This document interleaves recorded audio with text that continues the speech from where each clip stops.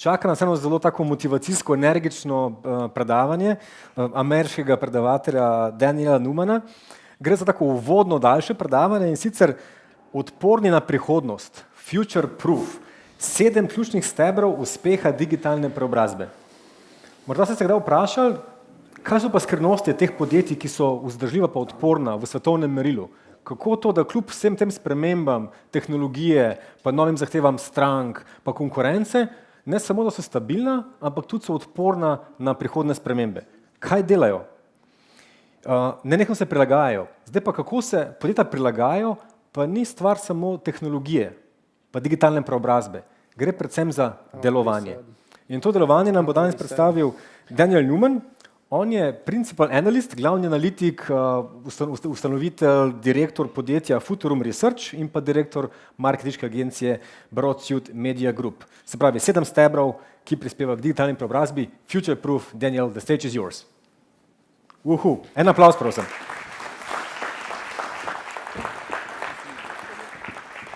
Živjo, did I say that correctly? Hello, that was all of my Slovenian.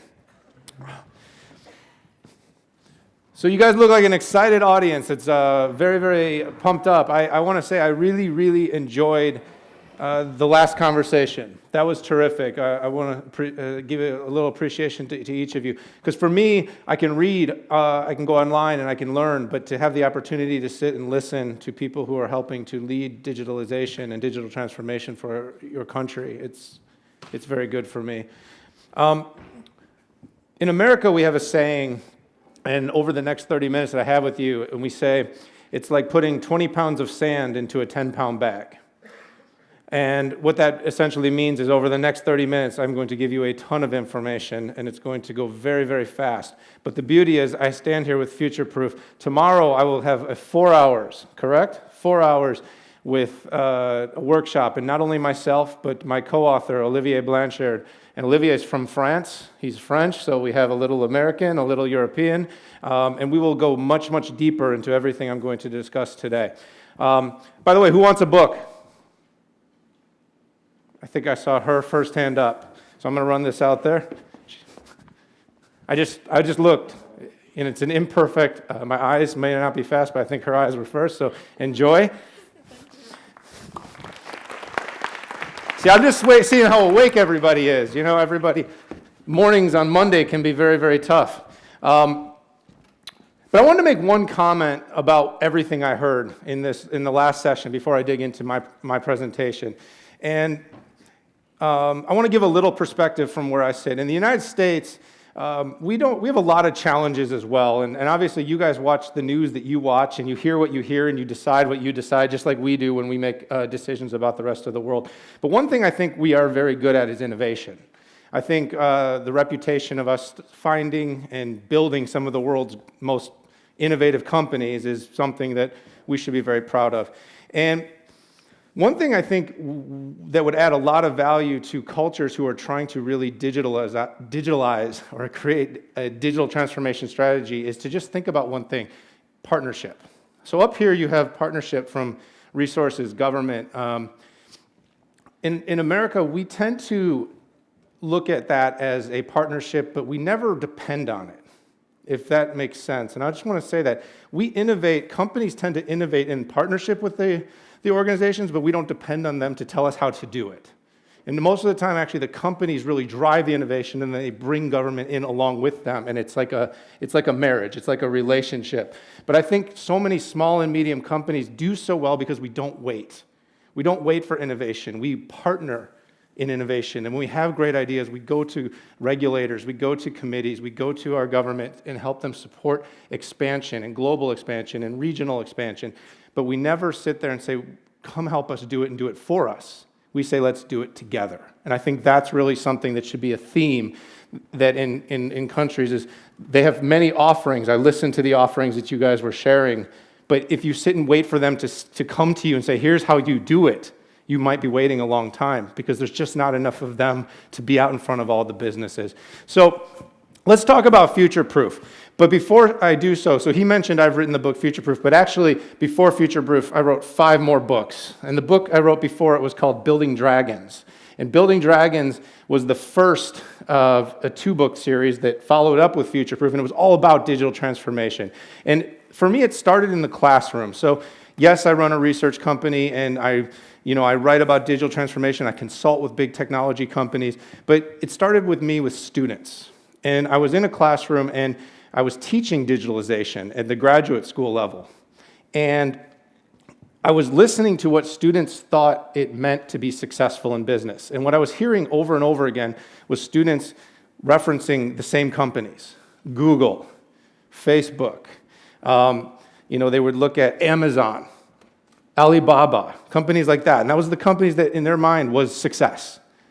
And those companies represent one in millions of organizations. And otherwise, there are so many millions of successful, small, medium organizations, and nobody looks at that as success in the classroom as these students are coming up and they're learning. And I was really troubled by that. I was troubled by it because I believe that most of the successful businesses in the world aren't Amazon, Facebook, Alibaba, and Google. They're actually small companies, mid-sized companies. They're companies that produce products, goods, services. They feed people. There's just so many things. So we set out to write Building Dragons essentially to prove that unicorns, which are the Amazons and the Facebooks, and they're these giant companies that reach billions of dollars in valuation before they even sell anything, are the exception and not the rule. And for the most part, when you're a company, it's great to be aspirational. And it's great to say, oh my God, I want to be big like Google, or I want to be Nike. But it's also okay to say we want to grow, we want to scale, we want to adapt, we want to change, we want to improve our profitability by 10% this year, we want to increase our revenue, we want to hire 5 new employees, we want to bring in 1 new innovative product. These things were okay too. And in the end, we actually studied this extensively, and you'll hear a lot more about this when you spend time with us tomorrow. But what helps companies to do those things, to grow, to scale, to adapt and change? And what we decided is these are the dragons. These companies can shed their scales, rebirth themselves, and come back every single time that disruption enters their fray and become, once again, successful companies. So companies that may have been in trucking, companies that may have been in manufacturing and that have been hit very hard by disruption, they can rebirth, they can come back, they can be better and stronger, and they can use technology innovation to help them do so. So when we wrote these books, we really kind of set out to look at how technology could help them do this, but we also ended up spending a ton of time in the first book, 9 chapters. So this book was 230 pages long. The first 9 chapters of the book, we wanted to say, how is technology going to help companies become dragons? And we didn't talk about technology once. And it's important I tell you why. We didn't talk about technology once because until we talked about leadership, change, adaptability, people, and how important they are to companies actually becoming modernized, digitalized organizations, we couldn't talk about technology. So as a geek, as someone who loves technology, who loves data analytics, IoT, AI, who researches it and spends all his time, it was very hard for me to say companies cannot throw technology at people problems. That was the very first thing we found. You cannot fix your biggest problems, your biggest people problems in your organization by throwing technology at them. The other thing we realized is that there is no slowing this rate of change. So you heard this from the stage in the former audience. You cannot slow down how fast digitalization is happening. There is no way to say, we need to pause, we need to wait, we need to respond. You have to build companies that can change as fast as the markets and can adapt to all the new technologies. Otherwise, you can never survive or thrive. However, if you can figure out how to build a culture that can change this fast, every company has the chance to be successful. So we wrote the first one, and then we got so far in our story, but one of the things I'd hoped to solve in the first book that I just never got to are, what are the key pillars that help companies become dragons? What are the key pillars that have led companies to becoming the most successful in digital transformation? And the bottom line is, what helps companies to future-proof? So just to quickly define what future-proofing means, and as I said, I'm moving fast. I will share all these slides, so anybody that's worried about that, we'll come back. I'll send them. Alesh can give them to anyone you want. These slides are totally for public domain. But it's all about how quickly can you execute the things that help you adapt to the changing markets. And in the end, it really came down to 7. So we did all the research, we studied tons of companies. I have the benefit of working with most of the world's largest high-tech companies. So, the Microsofts, Intels, Oracles, these are all my clients. I work with them every day. I sit in their offices and I listen to what they're doing. And then we go to market and research, and tomorrow we'll share the finding. We did a 1,000 executive global study on digital transformation. So we've got tons of data that we're pulling together to figure out what helps companies adapt, scale, grow, and change. And you'll hear me say this because overall, it's very important to remember one thing. We do not digitally transform because we like technology. It has nothing to do with it. We digitally transform for 4 reasons: to drive revenue, to increase profit, to improve customer experiences, and to create more employee engagement. If you do those 4 things, if you lead with those 4 ideas, you will understand where technology fits into the mix. So in the end, we looked at 1,000 different elements, things that companies could do to essentially digitally transform their businesses, and we ended up boiling it down to a total of 7. And I'll share those with you quickly, and then I'm going to run through some examples for you. So experiences, people, change, innovation, technology, leadership, and culture. These are the 7 things that every company that wants to be future-proof need to consider. Now, I'll come back to this at the end, but I want to ask you guys a question right now. Do you notice a theme? Do you notice anything about these 7 that might surprise you when it's a digital transformation presentation? Now, don't answer that now. Think about that. And if you don't get it at the end, you won't be able to come back for my class later. Okay? No, I'm just kidding. So let's talk about experiences a little bit. You realize that there's an economic scale. So people pay, there's commodities, products, services, and experiences. And when you look at how people buy things, people will pay more money for a great experience than anything else. So over the years, a lot of companies started in this commodity and product space. Product companies wanted to become service companies, and you've heard service companies saying, hey, how do we become experience companies? And I want to share just a couple of examples of this. How many of you have been to Disney? See, it's cool because not everybody here. See, when I do this in the US, everybody's been to Disney. But that's the beauty. See, some of the experiences I get to share are going to be local to me. And like I said, I love learning about yours. Why are you laughing? Oh, yeah, it's kind of like Disney. It's not really Disney, but it's Disney-ish. But one of the things about Disney, I love sharing this story, is Disney, everyone thinks it's a company where you go to go to a theme park and rides. But really, Disney at the heart of it is an experience company. Beyond the fact that they have hundreds of businesses underneath their roof, from their very beginning of ages, they understood that people care more about experiences. When you go on Facebook or you go on Instagram or WhatsApp and you're sharing with people, you're sharing your experiences. And when you go to Disney, people share it, people love it, people fall for it, and they go back again and again, and you ask why, and it's because they think about every single moment of your trip. They look at it from the time you walk in the door. Every cue, every line, everything you eat, everything you do while you're there, it's an experience, and they've measured this, and they've thought about it. And this can be every single company.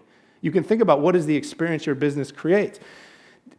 25 years ago, before big data and analytics existed, Disney understood that if you wanted people to pay the highest premium on the planet to come to their theme parks, they're the most expensive theme parks on the planet, they had to think differently about their parks. And one of the things they realized is they also had to be the cleanest and nicest theme parks on the planet. Okay? So Disney realized they had a problem because people were littering in their theme parks. And they said, how do we make this cleaner?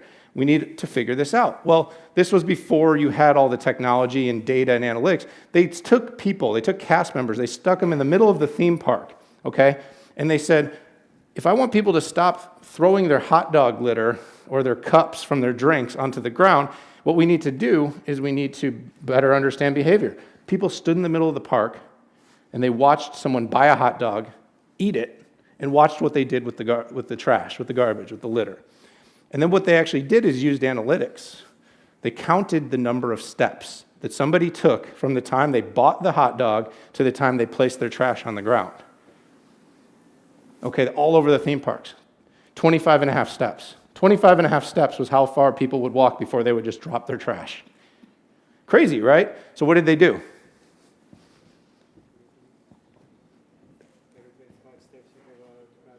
Exactly. Every 25 and a half steps, all the way around the theme park, from anywhere you could buy a hot dog or a Coke, they put a garbage can. Guess what happened? The litter went down. Nobody thinks, you think about the rides as experience. You might think about the food as experience. But in the end, Disney thinks about everything as the experience. So when you look now, they've got these magic bands. They use IoT, big data, analytics. You walk right up to a ride. It turns a little light green. It knows that you've registered in advance for this ride. You walk right up and get on it.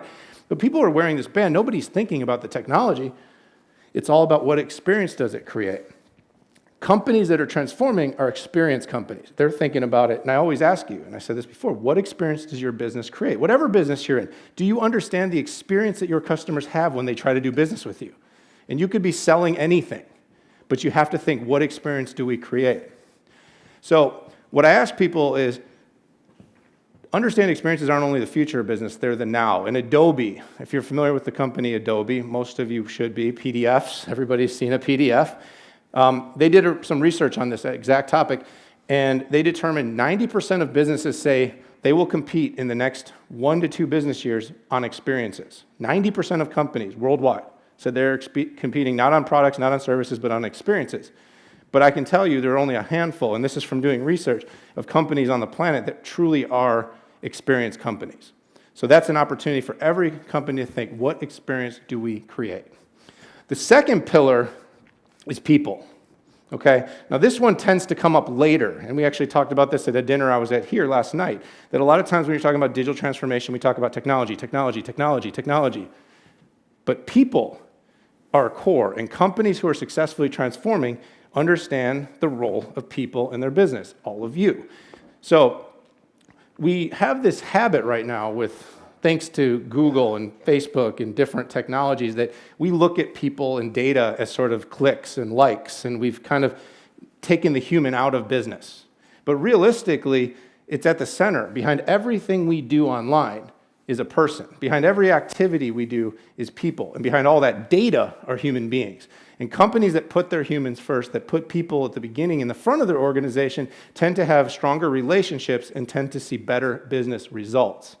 We look at all kinds of different companies, but one great story I like to tell is in the retail space. Because a lot of people think retail is one of the most disrupted industries, right? Thanks to Alibaba, thanks to Amazon. You go, retail has been disrupted, right? There's no way you would want to open a new clothing store in the middle of a local town because everybody just buys their clothes online, right? Well, Nordstrom is one of the oldest retail department stores in the US, and they have some worldwide presence. And they're salespeople. So a sales professional working at Nordstrom can make, in US dollars, $100,000 per year. A sales associate on the retail floor of a Nordstrom store can make $100,000. That is 5 times more money than a sales associate on the floor of a Walmart. Okay? And you go, well, why do they pay them so much more? Sure, the stuff's a little bit more expensive, but how can they even afford to do that and still be successful? And by the way, they've continuously beat the street with what expectations have been for the company. So although they've had retail struggle, they've actually beaten the market and beaten other companies in their space. How do they do that? Well, the first thing is the executives of the company understand one thing. If their people love their work, their people will treat their customers well. And if you treat the customers well, the customers continue to come back and they spend more money and they become more committed and more invested in the business. So it seems very simple, but they also realize that it's the little things and the little behaviors that you put behind people. So when you check out at a Nordstrom store, see most of the places in big department stores around the world, when you check out, you go in, you buy something, and they throw the bag over the counter at you, right? They say, here you go, thank you. Well, at Nordstrom, there's a rule. Every sales associate, they check you out at a counter, and they actually will pick up your bag, and they will walk you around the counter, and they will hand you the bag, and they shake your hand, and they'll say, thank you, Mr. Newman, for your business today. Anything else I can do to help you? Small thing, right? But in retail, completely different than everyone else. And that's the difference in how they treat their people. So I go, hey, by the way, where's the washroom? Most places you would go, where's the bathroom? Where's the washroom? And they go, oh, it's over there, and they point, right? And usually you walk about halfway there and you're looking around because you're lost. You have no idea where they sent you. Well, these people will walk you all the way to where you're going. It's little differences, but these little differences in investments in people have led to low turnover, strong growth. And these companies, it's not like Nordstrom's not investing in technology. They're building a machine learning and AI-based application that I can say, wow, I love your tie. I love your tie. I really do. It's a nice tie. And yeah, we can talk about it later. So what I can do is I can take out my phone, go into the Nordstrom app. Oh, it's my key. Nobody picked that up. I got good stuff in my room. Take a picture of it, and I can search inside of the Nordstrom app. And guess what it'll do? It'll use machine learning and AI, and it'll show me ties and things just like it that would look good for me. So Nordstrom isn't saying we're not digitalizing. Nordstrom's just saying we're not going away from the things that made us great, which is treating our people well and treating our customers well. People are one of the keys of digital transformation. The third pillar is change, and you hear a lot about this, adaptability, agility are other terms that you hear, but the ability to change is critical for companies looking to digitally transform. And I always like to say this, but the only thing people like less than change is when everything stays the same. Does that make sense? People say they want change, they want change, they want change, and then you change something and they go, I don't want change, right? It's like, oh, yeah, I really want to change, but I don't really want to change. Like, I want you to pay me more, but I don't want to do any more. That kind of stuff, right? But people get more comfortable with change, and you create a business that's comfortable with change, and then what you're able to actually accomplish is change. And let me give you an example, a few examples of this, and you can do this in any industry, but for instance, in banking, there's a company called Ally Bank. Ally Bank is one of the largest American banks, but they were a General Motors, right? You're familiar with General Motors. That was their finance division. Well, Ally, guess how many bank branches they have? Anyone want to take a guess? You can put it on no hands. They have 0 branches. Is that crazy? A bank with no branches, right? But Ally fundamentally believes that we live in a future where everybody will need banking, but nobody needs banks. And so what they've done is built applications, mobile tools, and technologies that allow people to do all their banking from their mobile device. No longer is it required to go into a bank. They understand change. But it can be other examples too, healthcare and hospitals. Barton Memorial was a small, so we talk about SMEs, they were a small healthcare facility in the mountain regions near Lake Tahoe. And they had 2 major challenges. They had the lowest satisfaction of their patients and customers and doctors in the history of their existence, and one of the largest hospital networks on the planet was building a facility in the vicinity of their hospital. So people weren't happy, they weren't going there, the doctors all wanted to leave, and what did they actually do? They hired Disney. So you go back and connect my story. Barton Memorial Hospital hired Disney. And why would they do that? Well, essentially, they understood that if patients and doctors were having a terrible experience at work, how are they going to drive business, grow, and transform the hospital to survive and then ultimately thrive? So they hired in Disney, they reimagined the experience from end to end throughout the hospital, added mobile and technology and wayfinding, and guess what? The nurses were happier, the patients were happier, the doctors were happier. And even after the new hospital grew and moved into the area, their business grew and became more profitable.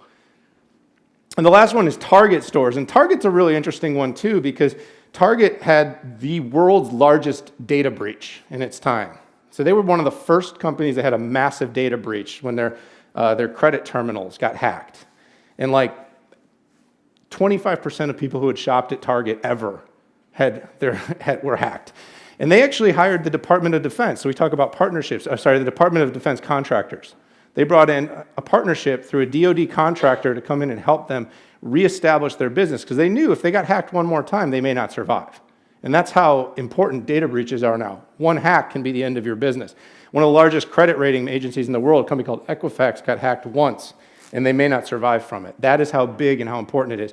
So Target did 2 things. They brought in this Department of Defense contractor, ended up rethinking, resecuring their entire business end-to-end, online and offline, but then they also completely changed their analytics strategy to say, we need to use geolocation and targeting to make every single one of our stores custom to the region it's in.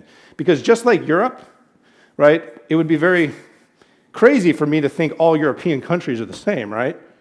But a lot of people look at America from the outside and they're like, oh, it's just the United States. But every single state is different. Every single big city, small city, mountain cities, river cities, we're different. Guess what? People want different stuff. Just like in Europe, people shop different, wear different clothes, different temperatures, different food preferences. They use data and analytics to make sure every single one of their stores had an experience that matched the geolocation of the people who would shop in that store. They all understood their needs to change. And one of the things we talk about is very simple. People don't like change, but until you create a company that actually thrives in chaos, you cannot be successful in digital transformation. Chaos becomes predictability. If the company's ever in a state where you're not changing, you're not transforming. And that's a really hard thing for people to acknowledge, but when you're comfortable, you're probably missing something. And so we say replace chaos with predictability. Chaos is predictability. And this requires a new type of leadership because leaders have to become comfortable in chaos. Because as digital transformation has happened, as disruption has happened, what we've seen is you went from newspapers to radios to televisions to internet to mobile to big data analytics. The periods of time got shorter.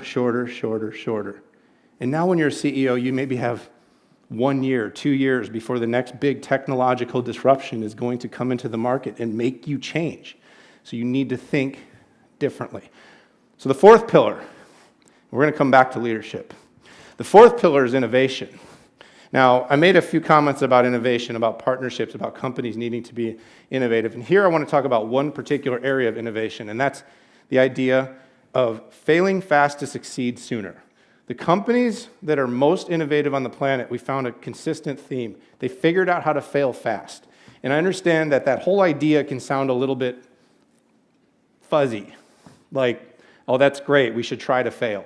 But the point is a lot of companies are so nervous and scared of taking any risks that they do nothing. And so most of your biggest competitors aren't who you think they are, but your biggest competitors are two things: don't know and do nothing. And if you don't know and do nothing, you're constantly going to put your company at risk. So you have to figure out how to fail faster. So one of the areas we talk about that's helping companies fail fast is digital twin. How many of you have heard of the digital twin? Okay. So those of you that haven't heard of it, it's the ability of basically creating a virtual or digital version of a product or service to be able to test a concept more quickly. So, in the spirit of European companies, there's a company called Dassault Systèmes. I did some work for them, and I used to call it Dassault Systems, and they were very unhappy with that. So I learned how to speak French. I have two French words, Dassault Systèmes. Okay. And Dassault is a virtualization company. They make simulation. So you might know them for their planes. They also make airplanes. But their simulation business basically is 3D mapping. So everything from they have what's called the Human Heart Project, where they've actually built a digital heart that you can test and you can do surgery on and you can run through hundreds and thousands of different procedures and see how it will react. So it's helping doctors to be more innovative. But they also work with the companies up here. So one great example, any cyclists in this room, anybody like to ride the bicycle? So you've heard of Trek, right? I looked at those mountains outside. Any of you ride up any of those big ones? I got tired just looking at them. So Trek had this challenge because, with innovation and bicycles, it's happening so fast right now. And these bicycles can be 5,000 and 10,000 euro. Very, very expensive. Well, to make sure they were constantly putting out the newest and most innovative products, they needed to get to market faster. And the old way of doing their market testing was they would basically give a bike to a group of test people, and they would have them ride this bike for a period of weeks and months, and they would test it, and they would look at the results, and they would monitor it, but they had to do it faster. They had to figure it out faster. So they actually partnered with Dassault, and they built these digital twins of these bicycles, and they were able to put these bikes through thousands and thousands of miles of testing in just hours, running them all through simulation.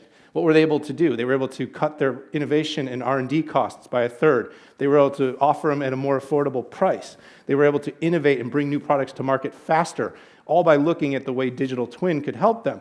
They could fail fast, too. They could figure out the devices that didn't work more quickly.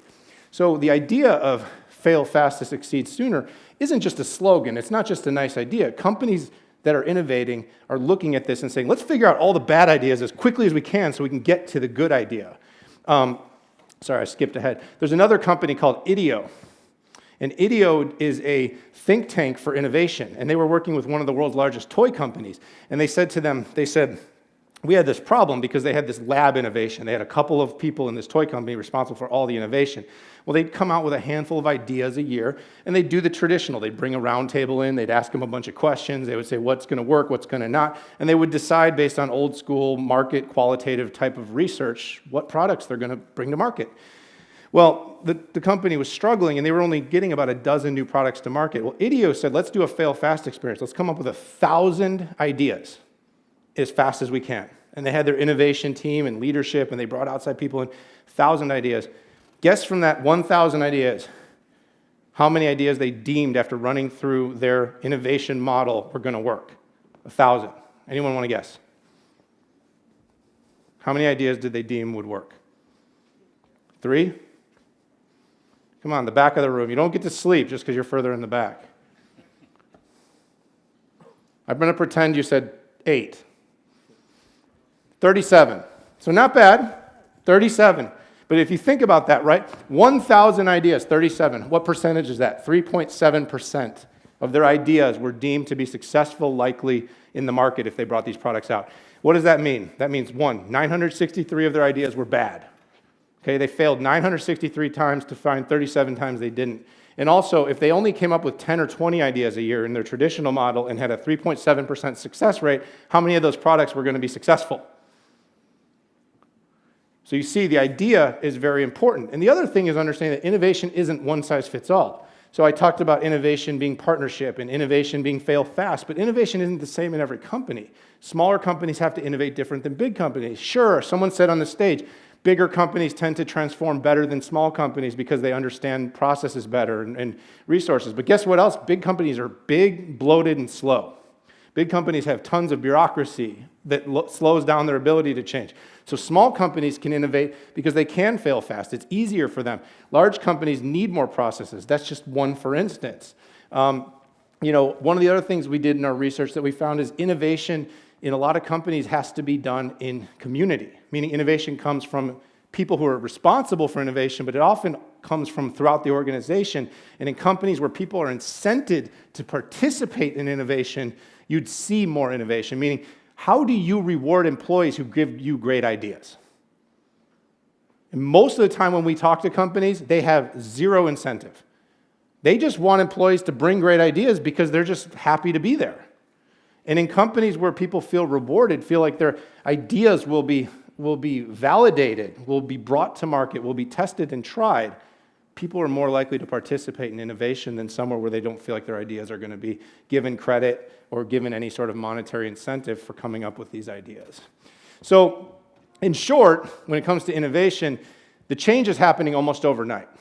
So, the only way we can keep up with rate of change is understanding you need an innovation strategy. Every company needs a strategy. Every company needs to understand how does innovation work in your organization, and we will talk a lot more about this tomorrow.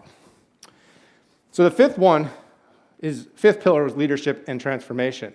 So a great story, there's a CEO of a company called Southwest Airlines. His name was James Parker.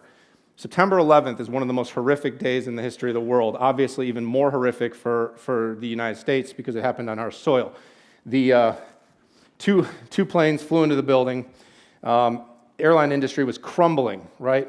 James Parker is CEO of Southwest. Every single airline on the planet cut staff, and every single airline on the planet reduced pay in order to survive, except for one, Southwest Airlines. Southwest said, we're keeping everybody because we know our people are the reason that we are so successful. So while every other company in the industry got rid of people, Southwest didn't, and guess what? Southwest came back faster and became one of the most successful companies more quickly. So we look at this new leadership model and we say leaders are balancing humility and risk-taking with rule breaking. And they're doing these things, and what they're able to do is say, we're going to take some risks, we're going to take some chances, we're going to do things differently, but we can still be successful.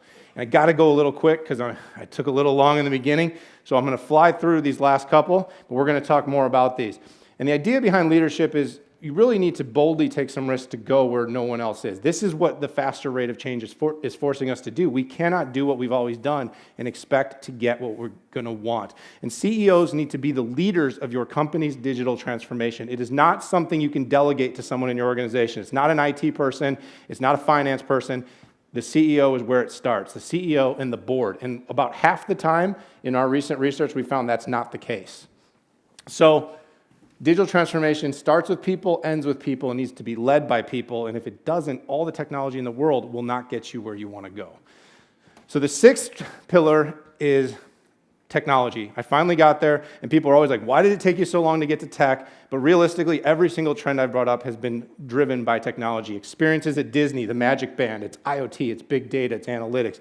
Nordstrom, AI and machine learning. We talked about Target and Ally Bank. We talked about the hospital adding mobility and adding experience-driven design and adding security of their data. So tech is littered throughout all of these examples of digital transformation, but you notice we're not really talking about technology, we're talking about people-led activities that are supported by technology. So obviously I understand where the technology trends are going. These are just a handful of them: mobility and IoT, machine learning, AI, big data, augmented reality, industrial automation. These are all at the core, but if you don't get those people ideas right, this technology will never work for you the way you want it to. And then what's next with technology? And really what's next is we're looking at solving problems instead of talking about certain technology sets. We're talking about how do we produce more products? How do we use new tools to drive the future of work? How do we automate? How do we not scare people with automation, but instead see it as the future? And then how do we secure all this data? And these are four huge questions that every company needs to be thinking about, because every company on the planet is a technology company. And that's a very important thing for each of you to remember. If you have data, use data, manage data, monitor data, you are a technology company. And then, of course, you can never forget the outside threats. Nobody expected a book company that sold books online to become the world's largest retailer. Nobody expected it. But those outside threats, it's not the competition that you expect. That's why I said it's don't know and do nothing. You need to constantly be changing and innovating, because you don't know what the new innovation and new disruption is going to be. Because if you did, none of us would be sitting here today. So I want to get to the last one because I'm on a little time. You can give me 2-3 minutes to finish this. Okay. Culture. And I always say, why do I come here last? But this is the most important one. If you have the wrong culture, every technology investment you make will fail. It will fail. If you have a great culture, you can buy inferior technology and get great results from it. I truly do believe that. The best technology on the planet will not overcome a bad culture. And I look at that, and I've studied this extensively, and just a few examples. You know, there's Uber and Lyft in the United States. Uber's had all kinds of cultural problems. They lose $1 billion a quarter. Coolest technology on the planet. Everyone talks about them as this great disruptive company. They don't make any money. It's crazy, but their culture is a mess. Southwest and United Airlines. Southwest was the one I shared about with James Parker, a leader that basically said, I'm not going to fire anybody in the worst economic times of our company because I believe in our people and our organization. United has a cultural reputation of throwing people's baggages and pulling people off the plane by their hair when they don't want somebody on the plane. That's literally, this stuff happens. And one company's continue to thrive, one company's continue to struggle. Now they're both there, but will they be in the long run? And Starbucks, why is that up there twice? Well, Starbucks has stores they own, and Starbucks has stores they franchise. And the two have completely different experiences. And the culture of one versus the other would make you want to go to one and spend time at one. It would make you want to avoid the other at all cost. The culture is huge, and it makes a huge difference. And we identified 12 essential dimensions of culture. And we can talk more about these tomorrow. We have a whole session on culture. We'll talk all about it. But these are the 12 things. So it's not just one big idea. It's your leadership, but it's also the legends and morals and stories of your company. It's what the company believes in, how they approach talent and discipline, and how courageous they are. All those things together are what make up the culture of an organization. And when people ask me, where do you start digital transformation? And I get this question all the time from companies all over the world, in 40 different countries last year, and I think I answered this question every single time. Where does it start? And I always say, if you want to start, don't start with technology, start with culture. Because if you build the right culture, the technology will follow, and it will follow fast. If your culture is wrong, all the technology in the world will not fix your problems. So I wrap. People, change, leadership, right in the center, culture, innovation, technology, and experiences. And from all the research we've done, from all the time we've spent and the investment that we've done by looking at companies all over the world, small businesses, medium businesses, large businesses, unicorns and dragons, if you follow these 7 key pillars, you will have the chance to build a dragon, a successful company. But if you don't, instead of being future-proof, your business might be gone or going into dark, dark days like some of these companies up there where your company will become future-proof. Poof. Goodbye. And thank you guys very much for your time. I appreciate it. I look forward to spending time in the session. Feel free to tweet at me questions, and I'll be here today and tomorrow to talk to any of you individually that want to make some time.